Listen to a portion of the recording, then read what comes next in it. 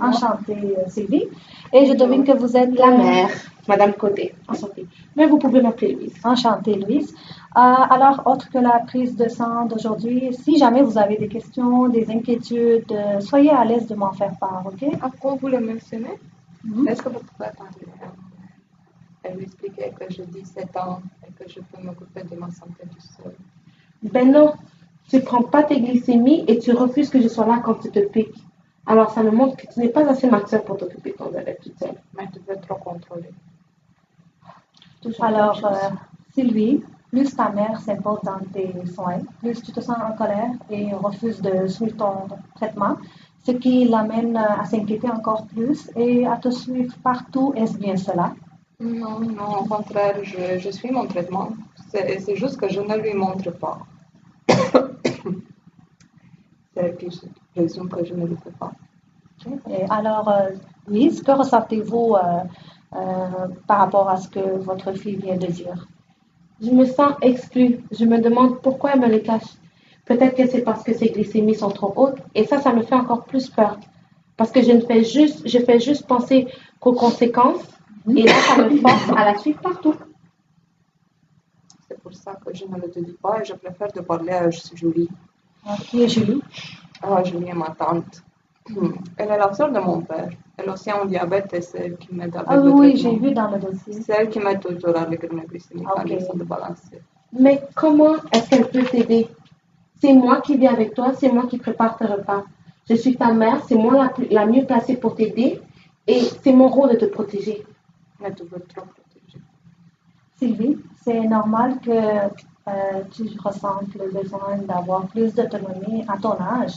Et de l'autre côté, c'est aussi, lui, c'est légitime que vous désiriez être plus présente et aider votre fille dans la gestion du diabète, puisque son diagnostic est récent et que c'est quelque chose de nouveau pour vous deux.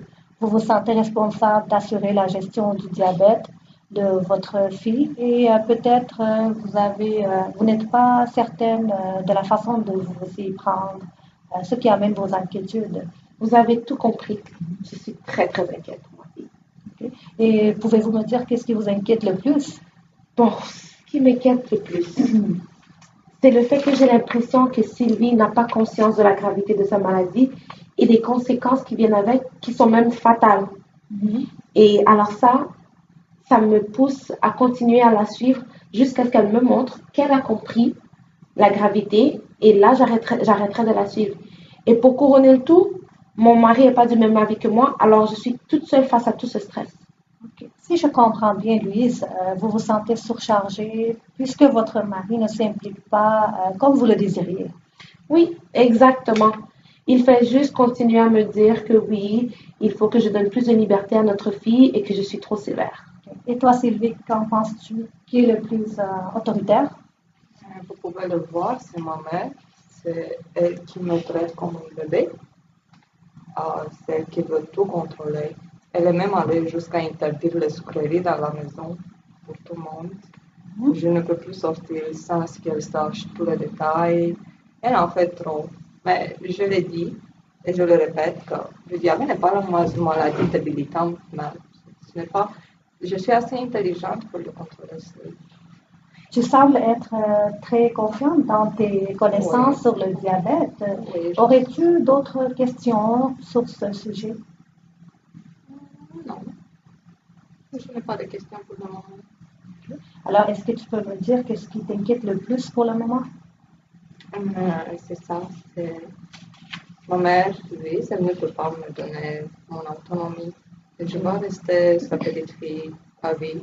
Okay. D'après vous, Louise, qu'arriverait-il si au lieu de penser au pire, vous commencez à regarder le diabète du point de vue de Sylvie comme une maladie contrôlable et aussi au lieu d'imposer des règles, vous laissez plus d'autonomie à votre fille à gérer son diabète?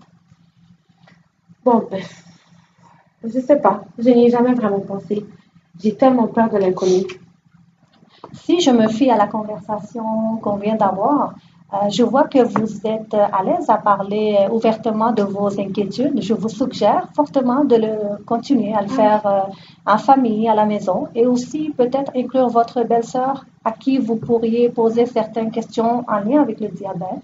Ah oui, j'avais pas pensé à ça. Et toi, Sylvie, je vois que tu as une attitude positive face à ta santé, Oui, ce j'étais toujours qui, optimiste. ce qui peut t'aider à t'adopter un nouveau mode de vie. Et si jamais tu serais intéressé, il y a une association qui met en place des camps de jour pour les adolescents qui vivent un diabète de type 1. Cela permet le partage des expériences entre les jeunes et cela favorise aussi des apprentissages des autosoins. Et je pense que ça pourrait rassurer ta mère. Oh oui, oui, oui, oui, oui, ça me rassurerait beaucoup. Qu'en penses-tu, Sylvie? Oui, ça peut être une bonne idée. OK. Donc, mesdames, si vous n'avez pas d'autres questions pour le moment, je vous laisse à réfléchir à tout cela et peut-être on va céduler un autre rendez-vous dans 2 semaines pour en discuter. Qu'en pensez-vous? Ah oui, très bonne idée. Si Sylvie me permet d'être là, on pourrait même Qu'en inviter ton penses-tu? père. Ah, c'est une bonne chose. Si vous pouvez venir, oui. OK, donc on va planifier comme ça. On se voit dans 2 semaines. Bon, mesdames, j'ai eu vraiment plaisir de vous accueillir aujourd'hui et qu'on se voit dans 2 semaines. Oui, Merci beaucoup. Merci.